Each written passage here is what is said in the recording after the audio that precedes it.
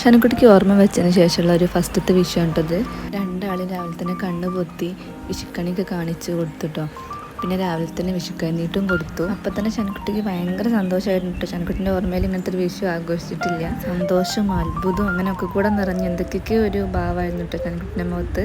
സാധാരണ രാവിലെ എണീക്കാൻ ഭയങ്കര മടിയാണ്. പക്ഷെ ഇന്ന് രാവിലെ എണീറ്റ് കുളിച്ചതാ പൂത്തിരിയും പടക്കൊക്കെ പൊടിച്ച് തറവാട്ടിക്ക് പോവുകയാണ്. അവിടെയും വിഷുക്കണി വെക്കുന്നുണ്ട്. അപ്പോൾ അത് കാണണം. പിന്നെ എല്ലാവരും വകയായിട്ട് വിഷുക്കഴിഞ്ഞിട്ടും ഉണ്ടാവലുണ്ട്. എല്ലാ പ്രാവശ്യം കുറച്ചുകൂടി നേരത്തെ ഞങ്ങൾ പോകാറുണ്ട് കേട്ടോ. അപ്പോൾ പ്രാവശ്യം കുറച്ച് നേരം വൈകിട്ടുണ്ട്.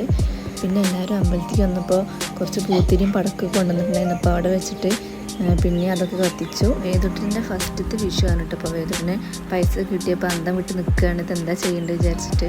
പിന്നെ കുട്ടികളെല്ലാവരും കൂടി പെറുക്കി കുട്ടികൾ 2 അമ്പലത്തിൽ പോയിട്ട് അവിടെ വിഷുക്കഴിഞ്ഞിട്ടും വിഷുക്കണിക്ക് കണ്ടു.